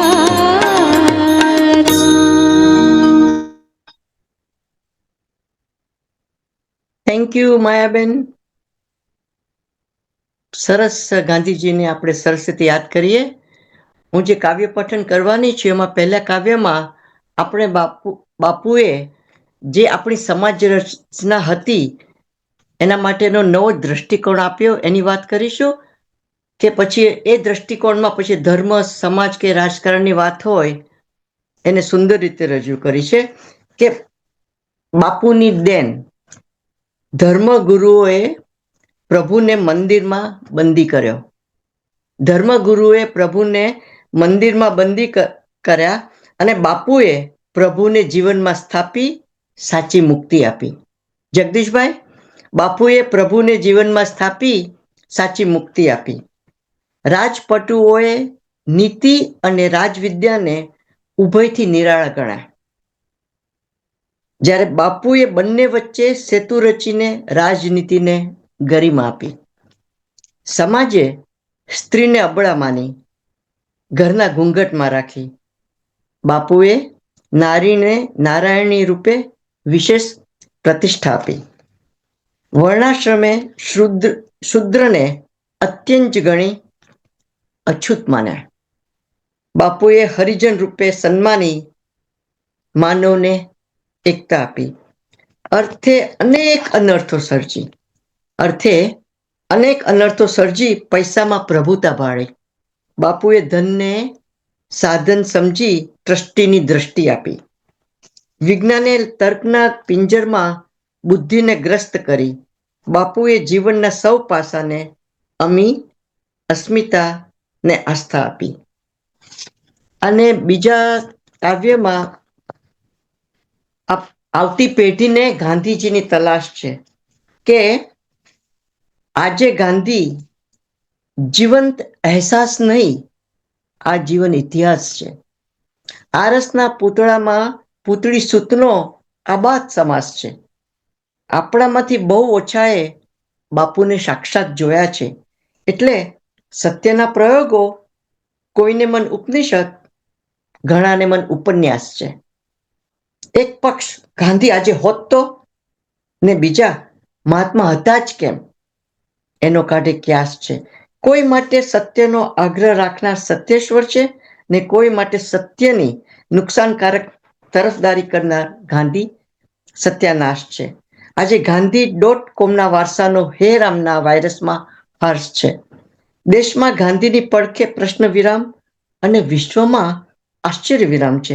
વિધિની આ વક્રતા કે વિન્યાસ છે. વિસ્મરણની ગુજરીમાં ગાંધી મહાત્માની ગીતા દૂર ખાતે અવાવરી પડી છે. બેહોશ થયેલા 3 વાનરોની સામે ટેકો ન દઈ શકતી અપંગ લાકડી છે. પાસે અંતિમ શ્વાસના પ્રમાણપત્ર જેવી 5:17ના થંભી ગયેલા યુગની ઘડી છે. ભારતના અંતરાત્માનો અવાજ બેસી ગયો છે. જોકે ગાંધી નામના મહિમાનો એક ક્લાસ છે અને નિત્ય નવીન ખતરા કરતા મહાત્મા ધ ગ્રેટ શોધ પ્રબંધનો વિષય ખાસ છે. વૈષ્ણવજન ગાંધી 500 વર્ષ પુરાતન હતા કે 200 વર્ષ આગોતરા, આ કાઢવા જેવો ક્યાસ છે. ગાંધીની સેલ બાય ડેટ પૂરી થઈ ગઈ છે. 30 જાન્યુઆરી પછી ભારતની પહેચાન રુદ્રાક્ષ નહીં, કોબરાના આસવની દ્રાક્ષ છે. ગાંધીના સૂત્રો ત્રાંબિયાના તેરમાં મળે છે, જો કે એના વાર તહેવારે ભાષણોમાં રેડીમેડ વપરાશ છે. મેન્ડેલાએ કહ્યું તમે દક્ષિણ આફ્રિકામાં ગાંધીને મોકલ્યા અને અમે એનો મહાત્મામાં કાયાકલ્પ કરી પરત કર્યા, પણ કોમરેડ અમે તો મહાત્માને રાજઘાટ ને ગાંધીને આપી દીધો સંન્યાસ છે. રાજના ઘાટ ઘડતા રાજનેતાઓ માટે રાજપાટ મહાત્માને ફૂલમાં દાટી રાખવાનો સુગંધી પ્રયાસ છે. બાકી ગાંધી જયંતિ અને શહીદ દિન સાહેબ એક વધુ રજાનો અને મજાનો ટાઈમ પાસ છે. ગોડસે, તમે ગાંધીને આપઘાતના દોષમાંથી બચાવી દીધા હતા. આઈન્સ્ટાઈન, તમારો સંદેશો ધાર્યા કરતા વહેલો સાર્થ થયો. ગાંધી હવે તો મિસરના પિરામિડોની જેમ નેતાઓનો ગરાસ છે.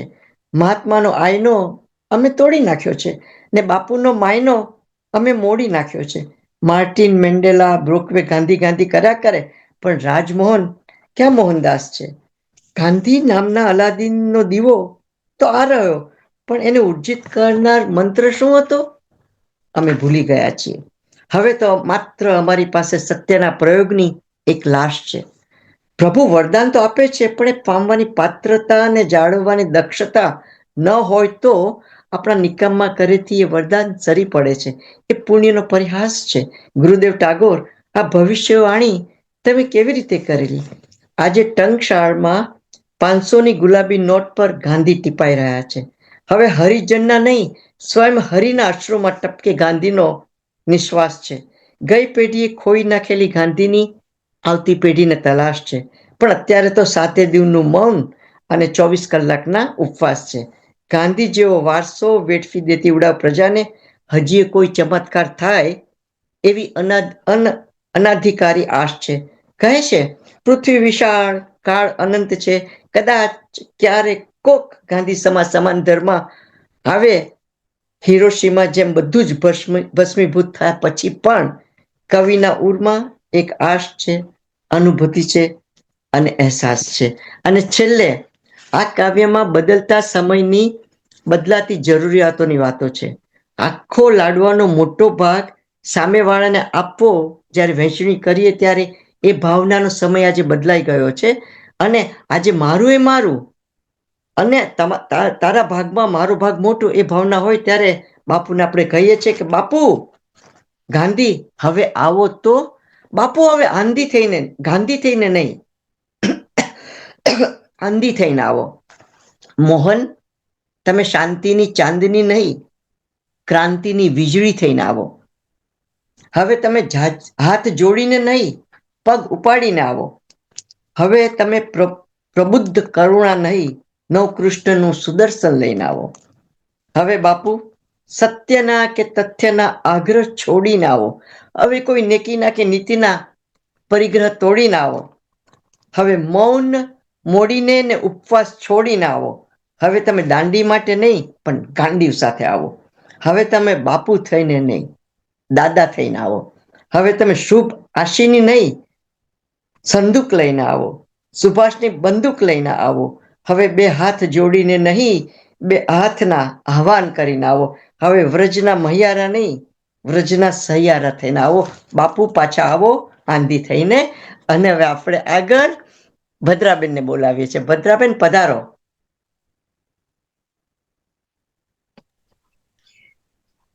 ત્રીસમી તારીખને જાન્યુઆરી 1948 શુક્રવારની સંધ્યા કાળે એક ચીસ સંભળાણી. વિશ્વનો બાપુ ખોવાયો, હિન્દનો દીપક બુઝાયો. આ મને નાનપણથી યાદ છે કે કોઈ દિવસ નહીં ભૂલાય કે તમારો વિડીયો ઓન કરો. Okay, sorry. થયો હવે બરાબર? બરાબર. બાપુની યાદમાં હું તમને 1947 ને 39ના સમયગાળા દરમિયાન અમે ઝાંઝીબારમાં રહેતા ભારતીયોની પ્રવૃત્તિઓ વિશે ઝાંખી કરાવવા ઈચ્છું છું. સ્વાતંત્ર્યની લડત દરમિયાન હું 7 વર્ષની હતી, પણ હજુ અમુક યાદગીરી માનસમાં સમાયેલી પડી છે. ઝાંઝીબારની ગલીઓ સાંકડી, વળી મુખ્ય ગામની બધી જ વસ્તી ભારતીયોની, એટલે પરોઢિયે કિશોર વયના છોકરાઓ પ્રભાત ફેરીમાં ભાગ લેવા બધાને ઉઠાડવા નીકળતા અને જોર જોરથી બોલતા, જાગો જાગો, વાનર સેના આવે છે. પ્રભાત ફેરીમાં આગળ ચાલનાર હાથમાં ત્રિરંગી ધ્વજ, એના હાથમાં ત્રિરંગી ધ્વજ હોય, જેમાં વચ્ચે અશોક ચક્ર ને બદલે રેટિયો હોય. અશોક ચક્ર આઝાદી પછી આવ્યો, તે પહેલા રેટિયો હતો. મને એક ગીત યાદ આવે છે, અમે ગાતા, દૂર હટો એ દુનિયા વાલો, હિન્દુસ્તાન હમારા હૈ. અને બીજું એક ગીત મારા મોટા ભાઈએ મને યાદ કરાવ્યું, એ છે, ઘણી કરી સલામીઓ, ઘણી કરી સલામીઓ, ઘણી સહી ગુલામીઓ, ઘણી કરી સલામીઓ, ઘણી સહી ગુલામીઓ, હવે ન જીવવું ગમે, મળે ન જો સ્વતંત્રતા. ગુલામ ભોમ આપણી, પિલાય રંક બાપડી, હવે ન જીવવું ગમે, મળે ન જો સ્વતંત્રતા. જ્યારે જે દિવસે ગાંધીજી નિર્માણ થયું ત્યારે અમે એક હવન ગોઠવ્યો હતો અને આખા ઝાંઝીબારના બધા જ ભારતીયો એમાં ભાગ લીધો હતો. અને મને યાદ છે કે એમની અસ્થિ પણ નાઇલ નદીમાં પધરાવવા માટે પૂર્વ આફ્રિકામાં મોકલવામાં આવી હતી અને અમે બધા એનું દર્શન કરવા ગોદી પર ગયા હતા. એ સ્મૃતિ પણ મને ખૂબ તાજી છે. Thank you. બહુ સરસ ભદ્રાબેન. હવે અમારી, જેને અમે આસમાનની પરી કહીએ છીએ, કારણ કે અમને ગગન મંચ ઉપર મૂકનાર નિમિષા પરમાર હતી પહેલી જ વખત. તો નિમિષા પરમારની આપને ઓળખાણ આપું. નિમિષાબેન પરમાર એટલે ત્રિવેણી સંગમ.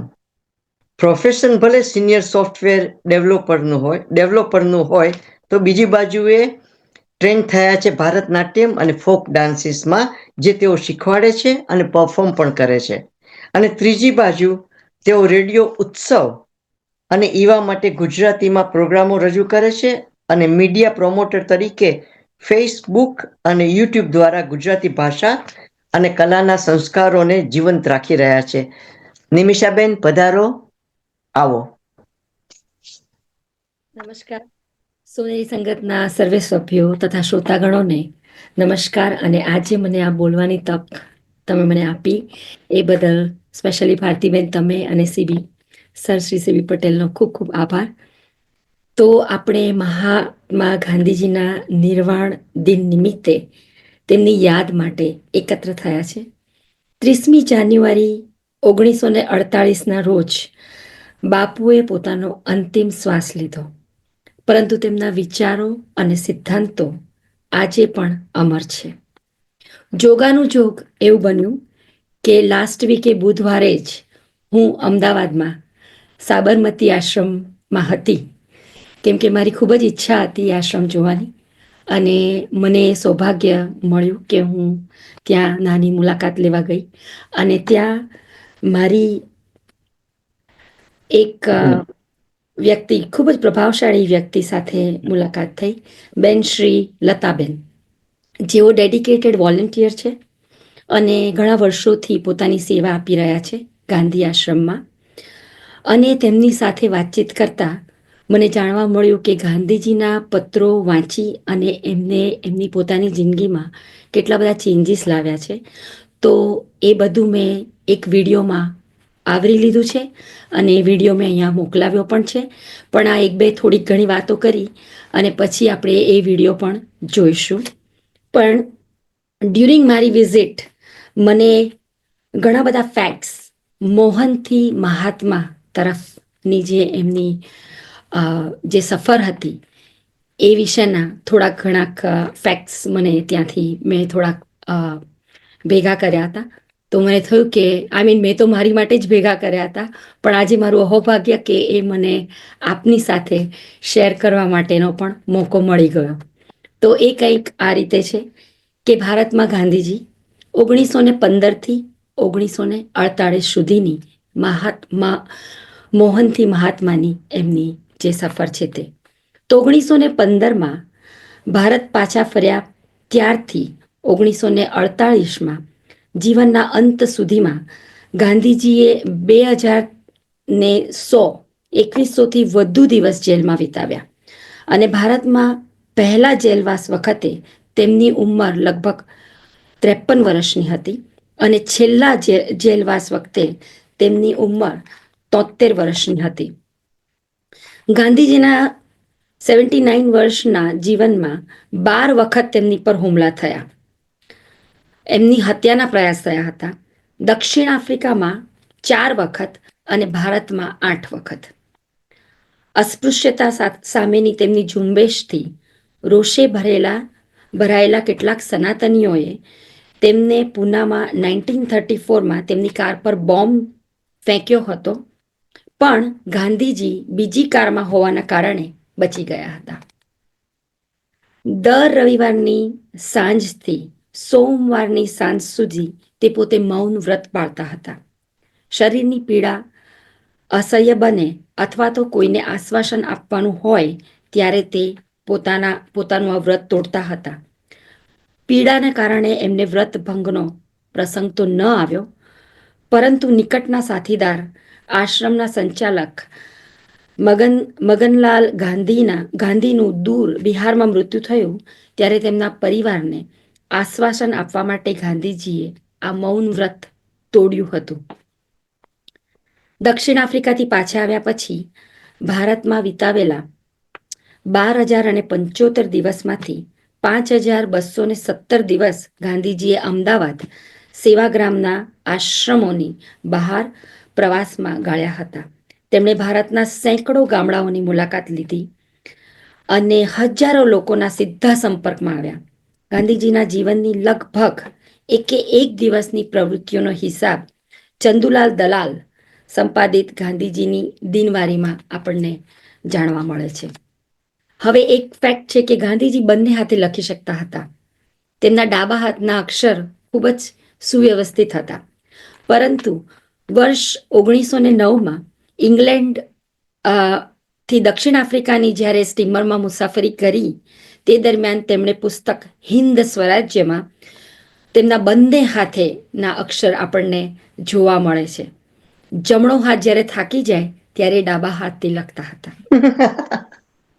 બીજું કે લખેલા પત્રલેખો અને બીજી ઘણી બધી સામગ્રીઓ ના 100 ગ્રંથોમાં આશરે 50,000 પાનામાં સંગ્રહાયેલા છે અને તે સંગ્રહ પણ સંપૂર્ણ નથી. CWMGના 97 ગ્રંથોમાં લખાયેલો છે.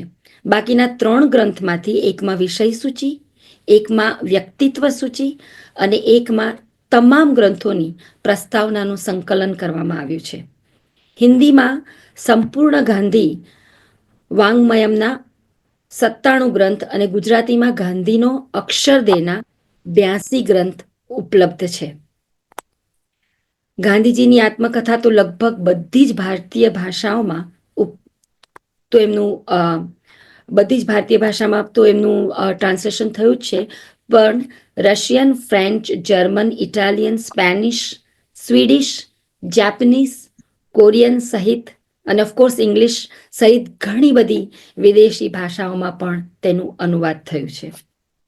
પત્રકાર તંત્રી તરીકે ગાંધીજીએ દક્ષિણ આફ્રિકામાં ગુજરાતી, અંગ્રેજી, હિન્દી, તમિળ, ઉર્દુ વિભાગો સાથેનું ઇન્ડિયન ઓપિનિયન ચલાવ્યું અને ભારત આવ્યા પછી તેમણે ગુજરાતીમાં અને હિન્દીમાં નવજીવન, જે અમદાવાદમાં છે, તથા અંગ્રેજીમાં યંગ ઇન્ડિયા, અગેન અમદાવાદમાં છે, જેવા અખબારોનું તંત્રીપદ એમણે સંભાળ્યું. અસ્પૃશ્યતા નિવારણનો ઝુંબેશ આગળ વધારવા માટે ગાંધીજીએ હરિજન અંગ્રેજી, હરિજન બંધુ ગુજરાતીમાં અને હરિજન સેવક હિન્દીમાં જેવા અખબારો શરૂ કરાવ્યા અને જે તેમના વિચારોનું પ્રમાણભૂત માધ્યમ બન્યા છે. તો આ થોડા ફેક્ટ્સ મેં આપની સમક્ષ રજૂ કર્યા અને હવે મેં જે વિડીયો લીધી હતી શ્રી લતાબેન સાથે, જે પોતાની સર્વિસ આપી રહ્યા છે અત્યારે, તો એ આપ શ્રી પ્રસ્તુત કરજો. Thank you. આશ્રમમાં વિઝિટ કરવા આવી છું અને અહીંયા ગાંધીજીએ ઘણા બધા અગત્યના નિર્ણયો લીધા અને અહીંયા અમારી મુલાકાત આ બેન સાથે થઈ. તમે મને તમારું નામ જણાવો ને તમે કેટલા વર્ષોથી અહીંયા કામ કરી રહ્યા છો? બરાબર. મારું નામ લતા છે અને 12મું કમીને જ હું અહીંયા આશ્રમમાં જોડાયા, પછી મેં કોલેજ શરૂ કરી. મારું એજ્યુકેશન એટલે હું મીન્સ કે મારું કોલેજનું શિક્ષણ પૂરું થયું ને મારું લગ્ન થઈ ગયા અને પછી મારે આ સ્થાન છોડવાનું 2007થી હું કન્ટિન્યુ સિનિયર છું. મને તમે પહેલા જે વાત કરતા હતા ને કે આ તમે બધું પહેરતા નથી એ ખાસ જણાવો, કેમ કે મને એ સ્ટોરી ખૂબ જ ઇન્ટરેસ્ટિંગ લાગી અને આઈ થિંક બધાને જાણવું જોઈએ કે આ તમે જે શીખ્યા અને તે તમે ખરેખર જે એપ્લાય કર્યું તમારી લાઈફમાં, તો એ જણાવો કે એ ખૂબ જ સરસ મને લાગ્યું. હા, એમાં એવું થયું કે ગાંધીજીના અહીંયા આશ્રમમાં ગાંધીજીના લખેલા ખૂબ બધા પત્રો છે. આપણી પાસે લગભગ 34,111 પત્રો છે આપણા આર્કાઇવ્સમાં, અને એ બધા પત્રો પુસ્તક રૂપે છપાયા છે ગાંધીજીનો અક્ષરદિન. તો બધા પત્રોમાં એક પત્ર મારા વાંચવામાં આવ્યું એ ગાંધીજીએ પોતાના મોટા દીકરા હરિલાલભાઈના એક પત્ની એટલે કે ગુલાબબેન ચંચી એને કહેતા, એને લખેલો પત્ર હતો. એમાં એવું લખ્યું હતું કે બધા કાનમાં અને નાકમાં પહેરે છે ને એવું સારું નહીં, આપણે નહીં પહેરવું. એટલે મને બહુ નવાઈ લાગી કે કારણ કે હું પણ એક રૂઢિચુસ્ત કુટુંબમાં જ જન્મેલી ને એવી જ મારો ઉછેર પણ થયેલો ને સાસરું પણ એવું મળ્યું. એટલે મને એમ થયું કે કોઈ સસરો પોતાના દીકરાની વહુને નાકમાં પહેરવું નહીં એ તો એક સુહાગની નિશાની કહેવાય. તો કોઈ સસરો કોઈ વહુને આવું કહે ખરા કે નાકમાં નહીં પહેરવાનું, કાનમાં નહીં પહેરવાનું? તો હું એવા વિચારવાળી હતી કે આ તો સુહાગની નિશાની છે એટલે આપણે તો કોઈ દિવસ કઢાય જ નહીં એમ. પણ પછી મને એમ થયું કે વિદેશમાં પણ બધા પરણે છે, એ લોકો પણ બધા પતિને હોય છે જ, તો એ લોકોને એટલે એ ખબર પડી કે આ સાર્વત્રિક નથી, આપણે લોકો માનીએ છીએ. સાચી. અને ગાંધીજીનો ઉછેર છે ને 18-19 વર્ષની ઉંમરે લંડન ભણવા માટે ગયા, બેરિસ્ટર થયા, પછી 21 વર્ષ દક્ષિણ આફ્રિકા રહ્યા. એટલે ગાંધીજીના વિચારોમાં પૂર્વ અને પશ્ચિમ સંસ્કૃતિનું મિશ્રણ છે. અને જ્યારે દીકરાના વહુને એમ કહે છે કે આવું ના પહેરવું જોઈએ અને આ ગુલામીની નિશાની છે, અને જ્યારે ગાંધીજી આ બધા હરિજન સેવા માટે 32 માટે બધા આંદોલન કરેલા ત્યારે બધા એમને ઘરેણા ઉતારીને આપી દે. ગાંધીજી ભેટ લે અને લોકોને મદદ કરે એ જ પૈસાથી. તો મને એ વખત એવું લાગ્યું હતું કે ગાંધીજી કે ને બધી વાત બહુ સ્પર્શે મને અંદર પાસે. એટલે તરત જ મેં કાનમાંથી ને નાકમાંથી કાઢી દીધું. હવે મારા સાસુથી એમ બહુ ડરું હો, એટલે એમની સામે કોઈ દિવસ બોલવાની ઈચ્છા, એટલે બોલું જ નહીં, ક્યારે સામે તો બોલું જ નહીં. અને એવું થયું કે એમને મને કહ્યું કે તે નાક કેમ ઊંચું કર્યું છે? એટલે પછી 2-3 દિવસ થયા ને એટલે એમણે મને પૂછ્યું કે નાક કેમ ઊંચું કર્યું છે ને કેમ કશું પહેરતી નથી? મેં એમ કીધું કે મને જયારે શરદી છે ને એટલે એમ જ ખાલી એ વખત હિંમત નથી. પછી 7 દિવસ થયા ને એટલે હું જયારે ઘરની બહાર નીકળતી હતી ને ત્યારે મારા વરે છે ને આગળનો દરવાજો હું નીકળું ને પહેલા બંધ કરું અને મને એક સાઈડ પર મને કે તું બેસી જાય, તારે ક્યાંય જવાનું નથી, તારા બધા મરી ગયા છે? તો કે તે બધું આમ કાઢી નાખ્યું છે. અને મને ખબર ને એ વખતે હું વરની સામે ક્યારે બોલેલી નહીં, અને પહેલી જ વાર હું બોલી કે હું જીવું છું એની શું નિશાની છે? જો તમે એમ કહેતા હોય કે આ પહેર્યું છે તો જ તમે જીવો છો એની નિશાની છે, તો હું જીવું છું એની શું નિશાની છે? દેટ મીન્સ કે એ તો હવે એક્ઝિક્યુટિવ એન્જિનિયર હતા અને ભણેલા ગણેલા, ને એમને થોટ પ્રોસેસમાં એ આવ્યું કે ખોટી તો છે નહીં, આમ હું બોલતી નથી. પણ પહેલી વાર જયારે બોલવાની હિંમત કરી ત્યારે એમની વિચારવાની પ્રક્રિયા શરૂ થઈ. અને પછી તો એમને તુલસી અને સોનાની મગમાળા કે ને આપણે એમને ફેવરિટ, અને વીંટી ને એવું બધું એમને ગમે પહેરવું. એમણે બધું છોડી દીધું, કશું જ પહેરતા નથી. અને એટલું બધું હવે એવું લાગે છે કે આપણે આ બધી વસ્તુના ગુલામી અવસ્થામાં જ છીએ. એટલે આ એક ગાંધીજી છે ને બધાને બધી રીતે ફ્રીડમ, વૈચારિક રીતે અને બધી જ રીતે જે ગુલામીમાંથી મુક્ત કરે છે ને, સ્વરાજનો સાચો અર્થ એમણે જે સમજાવ્યો છે ને કે પોતાની પર રાજ કરવું, તો પોતાની પર રાજ કરવા માટે બધું છોડવું એ કેટલું અનિવાર્ય છે, એ ગાંધીજી પાસેથી જે મેસેજ મળ્યો છે ખૂબ જ સરસ. એક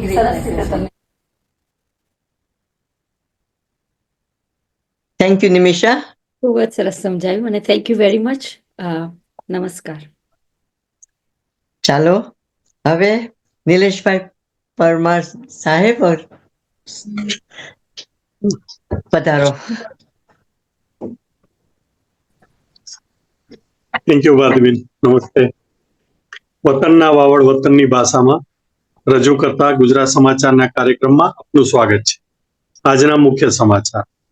બહુ જ ગાજેલી દિલ્હી વિધાનસભાની ચૂંટણી માટે બુધવારે સાંજે મતદાન પૂર્ણ થતા જ ભાજપ માટે આશાનો સૂરજ ઉગ્યો છે. મોડી સાંજે જારી થયેલા 10માંથી 9 એક્ઝિટ પોલનો વર્તારો કહે છે દેશના પાટનગરમાં 27 વર્ષના લાંબા અરસા બાદ ફરી એક વખત ભાજપના નેતૃત્વમાં સરકાર રચાશે. કુલ 70 બેઠકોમાંથી ભાજપ 38 થી 40, જ્યારે છેલ્લી 2 મુદતથી શાસન દોરા સંભાળતી અરવિંદ કેજરીવાલની આપ સરકાર 32 થી 37 બેઠકો મેળવીને બીજા સ્થાને રહેશે. છેલ્લી ચૂંટણીમાં એક પણ બેઠક નહીં મેળવનાર કોંગ્રેસ 1 થી 2 બેઠકો જીતીને ત્રીજા સ્થાને રહે તેવી શક્યતા છે. કન્ઝર્વેટિવ નેતા કેમી બેડનોકનું કહેવું છે કે યુકેમાં ઓછામાં ઓછા 15 વર્ષનો વસવાટ કરનાર ઇમિગ્રન્ટ્સને જ બ્રિટિશ સિટીઝનશીપ માટે અરજી કરવા પરવાનગી આપવી જોઈએ. હાલમાં યુકેમાં ઓછામાં ઓછો 6 વર્ષ વસવાટ કરનાર ઇમિગ્રન્ટ બ્રિટિશ સિટીઝનશીપ માટે અરજી કરી શકે છે. ટોરી નેતા બન્યા પછીની પહેલી નીતિ વિશે એક જાહેરાત કરતા બેડનોકે જણાવ્યું હતું કે યુકેમાં ક્રિમિનલ રેકોર્ડ ધરાવતા, બેનિફિટ્સનો દાવો કરનારા અને સોશિયલ હાઉસિંગનો લાભ લેનારા ઇમિગ્રન્ટ્સને પણ યુકેમાં અનિશ્ચિત મુદત સુધી વસવાટની પરવાનગી ન આપવી જોઈએ. અમેરિકાએ ડિપોર્ટ કરેલા 104 ગેરકાયદે ભારતીયો સાથેનું વિમાન બુધવારે પંજાબના અમૃતસર એરપોર્ટ આવી પહોંચ્યું છે, જેમાં સૌથી વધુ 33 લોકો ગુજરાત અને હરિયાણાના વતની છે, જ્યારે 30 પંજાબના અને બાકીના મહારાષ્ટ્ર, ઉત્તર પ્રદેશ અને ચંદીગઢના છે. હવે એક નજર આ સપ્તાહના ગુજરાત સમાચાર પ્રકાશિત મહત્વના સમાચાર.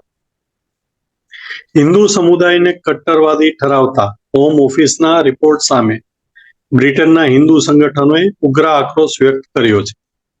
હિન્દુ સંગઠનોનું સ્પષ્ટ માનવું છે કે આ રિપોર્ટ હિન્દુઓને બદનામ કરવાના વિશ્વવ્યાપી પ્રોપેગેન્ડાનો હિસ્સો છે. હિન્દુ ફોરમ ઓફ બ્રિટનના પ્રમુખ તૃપ્તિ પટેલે જણાવ્યું હતું કે બ્રિટનના હિન્દુઓ કોઈ રીતે કટ્ટરવાદી નથી. અમે તો બ્રિટનમાં વસતા લઘુમતીઓમાં પણ લઘુમતી છીએ. અમે આ મુદ્દે હોમ ઓફિસ સમક્ષ જોરદાર વિરોધ નોંધાવ્યો છે. જ્યારે હિન્દુ કાઉન્સિલ યુકેનું કહેવું છે કે સાચું તો એ છે કે હિન્દુ ધર્મ વિશ્વનો સૌથી પૌરાણિક અને શાંતિચાહક ધર્મ છે. તેના મૂળ અહિંસા અને વસુદેવ કુટુંબકમની ભાવનામાં રહેલા છે. કાઉન્સિલના અગ્રણી દીપેન રાજ્યગુરુનું કહેવું છે કે ખરેખર તો યુકેમાં હિન્દુઓ સામેના હેટ ક્રાઇમમાં વધારો થયો છે. મંદિરોમાં તોડફોડ, હુમલાના બનાવો વધ્યા છે. આ ચિંતાઓ પર ધ્યાન આપવાને બદલે સ્ટારમર સરકારનો રિપોર્ટ હિન્દુઓને જ બદનામ કરી રહ્યું છે. સમાચારોમાં બસ આટલું જ. નમસ્તે. આભાર નિલેશભાઈ. સીબી પધારો પધારો પધારો. અનમ્યુટ. સીબી અનમ્યુટ કરો પ્લીઝ. અનમ્યુટ કરો. સીબી અનમ્યુટ કરો. Thank you.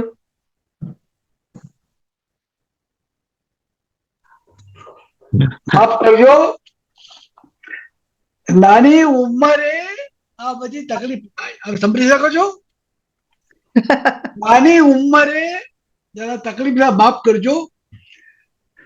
વડીલો સહિત સૌ પ્રેક્ષકો, શ્રોતાજનો અને આજના જીવંત કાર્યક્રમને રજૂ કરનાર સૌ સાથીઓ, મુખ્યત્વે નારી શક્તિનું વંદન કરું છું.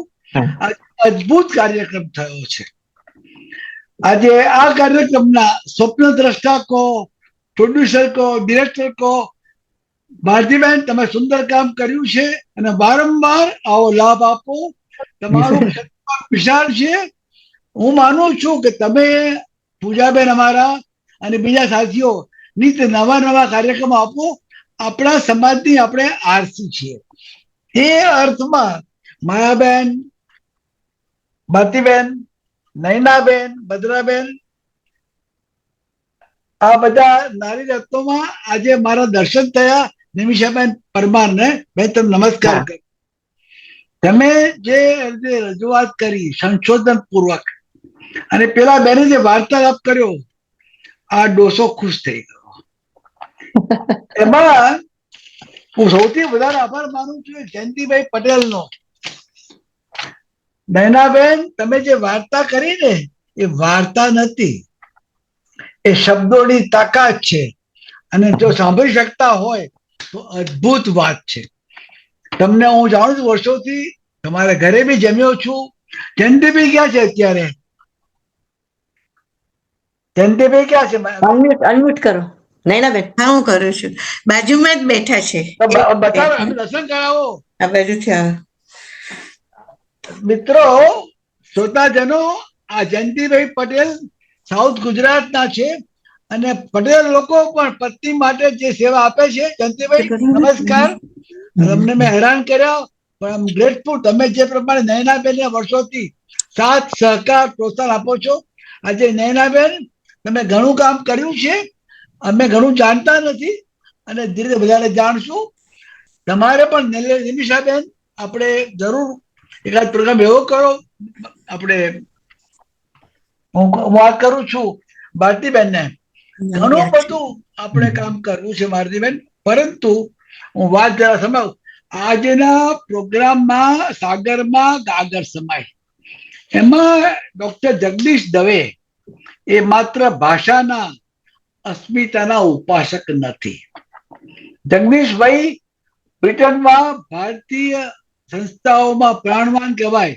મહાત્મા ગાંધી ફાઉન્ડેશનના અધ્યક્ષ પણ છે. અને મહાત્મા ગાંધી ફાઉન્ડેશને સ્વર્ગસ્થ દયાભાઈ કવિ, સતીરાજ જન્મપુત્રા, તેમના પરિવારો, ભાનુભાઈ પંડ્યા, PR પટેલ, અનેક ભાઈ બહેનો દર મહિને અને દર વર્ષે વર્ષોના વર્ષો કાર્યક્રમ કરતા હતા. અને એ કાર્યક્રમો દ્વારા આપણો સમાજ સંગઠન રહ્યો છે. મુશ્કેલ સમયમાં લોકોને વિશ્વાસ મળ્યો, શ્રદ્ધા મળી, સંબંધો થયા, સહકાર વધ્યો. એટલે જગદીશભાઈ અને તમે તમારા મિત્રો જે કામ કરો છો, તમને પણ વંદન છે. આપણે ઉત્સવ પ્રિય ભારતીય, આપણી ભારતીયની મોટા મોટી ઉત્સાહ આપણામાં ગીત સંગીત હોય. અને માયાબેન, તમે ગીત સંગીત દ્વારા દેશભરમાં જે તમે લઈ ગયા છો, અમારે મદદ કરો છો, બહુ તમારો આભાર પણ માનું છું. એક તો ગીતમાં બોલ્યા, મોસમ ની વાતો કરી. વસંત ખરેખર હું જોઈ શકું છું અત્યારે. જીવનમાં વસંત આપણા મનમાં છે. વસંત પંચમી ગઈ, મોસમમાં પરિવર્તન એ નિયમિત છે, કુદરતી છે, હિતવર્ધક પણ છે, આવકાર્ય પણ છે. આજે કાર્યક્રમમાં તમે ઉજવ્યું એ મને બહુ જ ગમ્યું. અને ભદ્રાબેન સરસ વાત કરી. સર આવું ભદ્રાબેન વાત કરી, ગાનારાને ટાણું ના જોઈએ. અરે વાહ. ભદ્રાબેન, તમે ઝાંઝીબારની વાત કરી. ઝાંઝીબાર મેં પણ જોયું છે. એ જંગબાર અને એ અર્થમાં આજે એક સૂત્ર મેં જોયું, હસો, વસો, રમો, રમાડો, ખીલો, ખીલવો. વાહ. જીવનમાં મોટામાં મોટું કામ કરવાનું છે. એ આપણી પાસે જે કઈ સમય સાધી શકતો હોય, હું માનું છું કે આજની આ જે બેઠક છે આપણી સુગમ સંગીત સંગીત વાળા, હું બહુ નસીબદાર છું. વન્સ અગેન આવું વારંવાર કરવું છે. અમારા આજના કાર્યક્રમના પ્રોડ્યુસર ડિરેક્ટરને મારી જાહેરમાં આમંત્રણ છે, નિમંત્રણ છે કે એક બે વખત આપણે નિમિષાબેન પરમાર સાથે લેસ્ટર જવું છે, એટલે સોનેરી સંગત દ્વારા. અમારે નયનાબેન, આજે તમે અમને ટપકું આપ્યું, અમારે બહુ જ પ્રાપ્ત કરવું છે. ભદ્રાબેન ના હું વર્ષોથી જાણું છું બેન, બહુ જ એક સમર્પિત વ્યક્તિત્વ છે.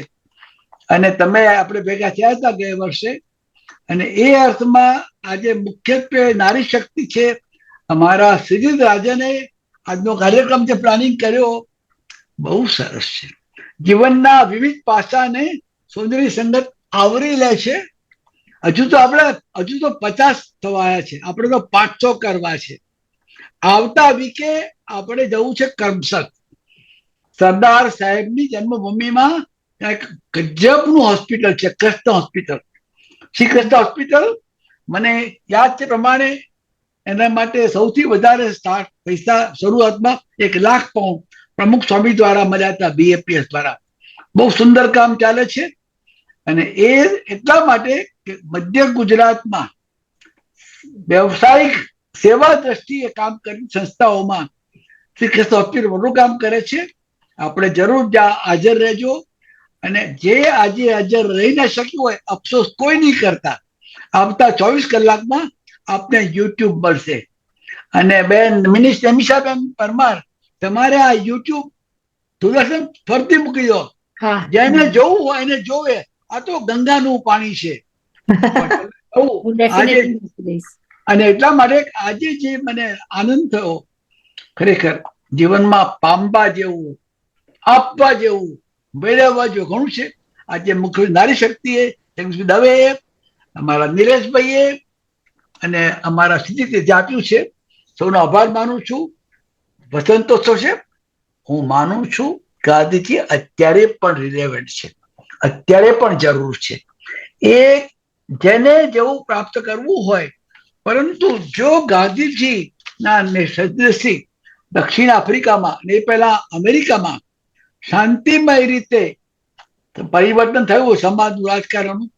અને યાદ કરજો, ગાંધીજીએ જયારે ટ્રેનમાંથી અમને ધકેલી મૂક્યા ત્યારે દુનિયામાં સામ્રાજ્યવાદ હતો. અગ્નિ એશિયામાં ફિલિપિન્સ, અમેરિકા છવ્યું હતું ગામમાં. આખો આફ્રિકા, દક્ષિણ આફ્રિકા, ઘણા દેશો, સ્પેન, પોર્ચુગલ, ફ્રાન્સ, જર્મની, ઇટલી અને બેલ્જિયમના કાબુમાં હતા. 1857 આપણી ક્રાંતિ નિષ્ફળ ગઈ. આપણે સામ્રાજ્યવાદને ના હતા. ગાંધીજી પાસે ઓરિજિનલ થિંકિંગ હતું કે એમણે શાંતિના માર્ગે આપણો સત્યાગ્રહ આપ્યો, સવિને ચળવળ આપી. અને એ માણસે આપ્યું, ભારતને આપ્યું, અમેરિકાને આપ્યું, દક્ષિણ આફ્રિકાને. ગાંધીજી રેલિવન્ટ છે. જય મહાત્મા ગાંધી, જય ગાંધી વિચાર.